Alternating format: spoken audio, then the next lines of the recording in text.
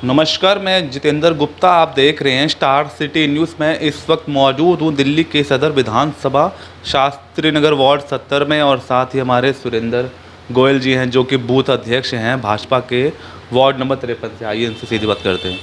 सबसे पहले सर आपको बहुत बहुत बधाई। धन्यवाद। सर आज कल का जैसे 21 जून है और कल योग दिवस भी है, तो इस पर आप कोई संदेश, कोई मैसेज देना चाहेंगे?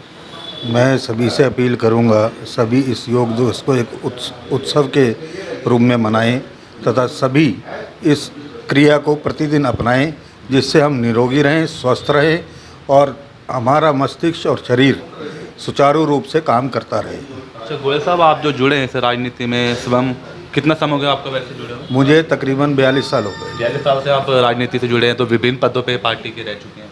हाँ, कुछ पदों में, लेकिन मैं पदाधिकारियों के साथ ज़्यादा कार्य किया है, जिम्मेदारियां कम ही ली हैं मैंने। तो जैसे आप तो समाज सेवक भी हैं, तो आप कोई सेवा, क्या क्या सेवा कर रहे थे? जैसे कोरोना में मास्क बांटे, सैनिटाइज़र बांटे, लोगों को थोड़ा सा अनाज मुहैया कराया, और कभी वस्त्र वितरण हो जाता है, कभी भंडारा लग जाता है, इस रूप में थोड़ा बहुत करते रहते हैं।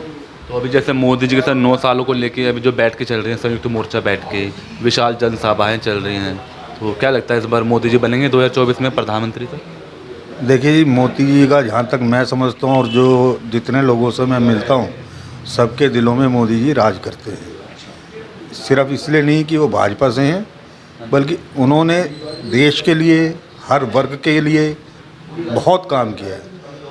मतलब सर ज़मीनी लेवल पे हम बात करें आम जनता के लिए, आज महंगाई का सबसे बड़ा इशू है आज, तो इस पे क्या कहना चाहेंगे? देखिए, महंगाई तो हर समय बढ़ती रहती है, और आज से नहीं, आज से 40 साल पहले गोल्ड 200-250 रुपये तोला था, आज 60,000 रुपये है।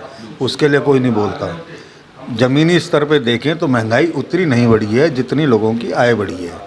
फिर भी कुछ लोगों के लिए मुश्किल है, उसके लिए मोदी जी बहुत काम कर रहे हैं।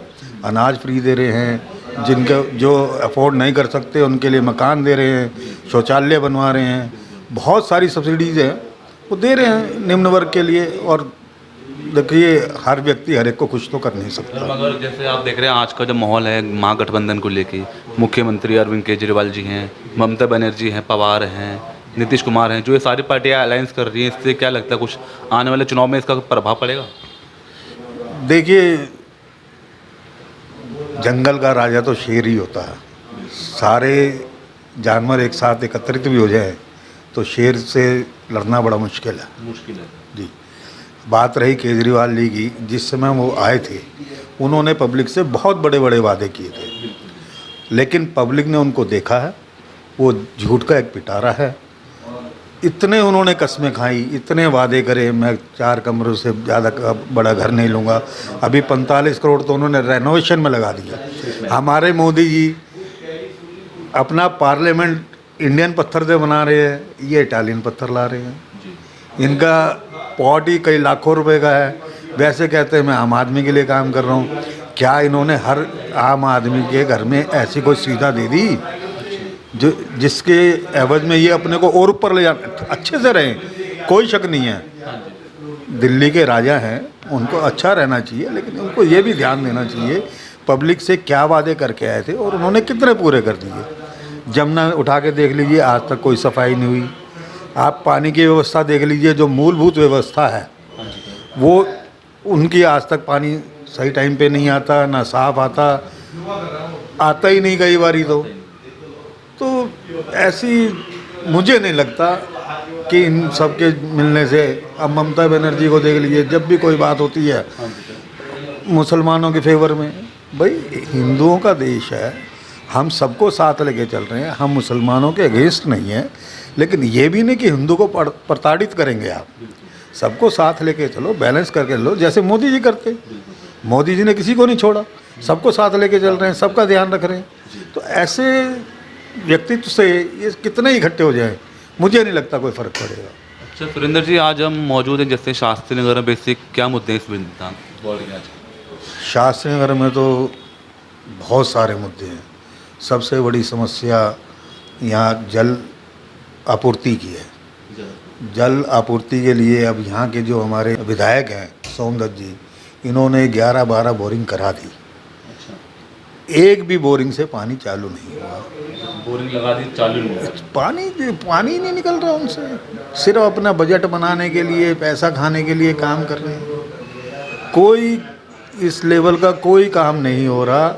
ये दिल्ली सरकार तो बिल्कुल निकम्मी है, और हमारे सोमदत्त जी तो कुछ ख्याल ही नहीं रखते। कैमरों का बुरा हाल है, बिजली का बुरा हाल है, तो यहाँ कोई काम नहीं हो रहा। कोई काम नहीं पा रहे। मगर यहाँ के जो पार्षद अभी मनोज जिंदल जी अभी चुने गए हैं यहाँ के पार्षद, उनका कामों को लेकर सर किस तरह काम है? देखिए, वो पुराने समाज सेवी हैं, काम भी कर रहे हैं।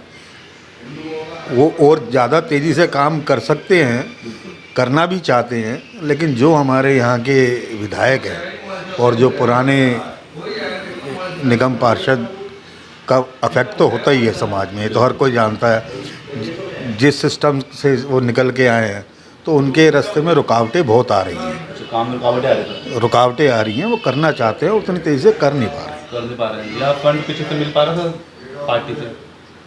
कौन सी पार्टी से? जैसे अभी केंद्र में आपकी सरकार है और दिल्ली में आम आदमी पार्टी की सरकार है, क्या ये भी एक वजह मानते हैं, या फंड को लेके भी कहीं ना कहीं दिक्कतें आ रही है?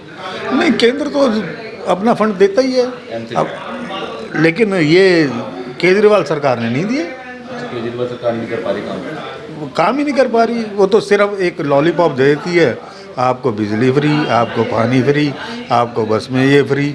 अरे भाई, धरातल पे काम तो करो।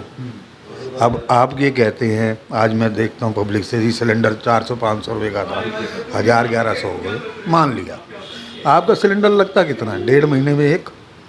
आप उसके एवज में देखो ना, आपको कितनी सुविधा मिल रही है। आज आपका देश सुरक्षित हाथों में है। आज चाइना की हिम्मत नहीं हमारी तरफ देख ले। पाकिस्तान तो ऐसे बिल में घुस के बैठ गया, बोल नहीं सकता। ये व्यवस्थाएं कहाँ से आएंगी? आज आप कहीं भी चले जाएँ, किसी भी देश में चले जाएँ, इंडियंस का नाम उठ गया। पहले कौन इंडियंस को पूछता था? तो गर्व से आज लोग देखते हैं। आज बिल्कुल देखते हैं, पूरी दुनिया में आज इंडियंस का नाम है।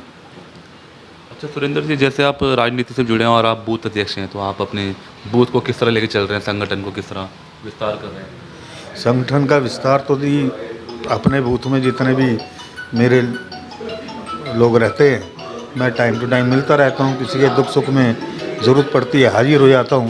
कहीं ज़रूरत पड़ती है मंडल अध्यक्ष की, निगम पार्षद की, अपनी पार्टी की, तो उनको साथ लेके उनकी समस्याएं सुलझाने का काम करता हूँ। ठीक है। और कुछ सर मैसेज को देना चाहेंगे लास्ट में आप अपना गोयल साहब? मैं तो सभी से यही कहना चाहूँगा कि भारतीय जनता पार्टी एक निष्पक्ष पार्टी है, और ये सभी वर्ग का ध्यान रखती है। इसमें सभी तन मन धन से इसके साथ मिलके चलें। यही राष्ट्र का भविष्य है, और यही आप लोगों को अच्छा जीवन प्रदान करा सकता है।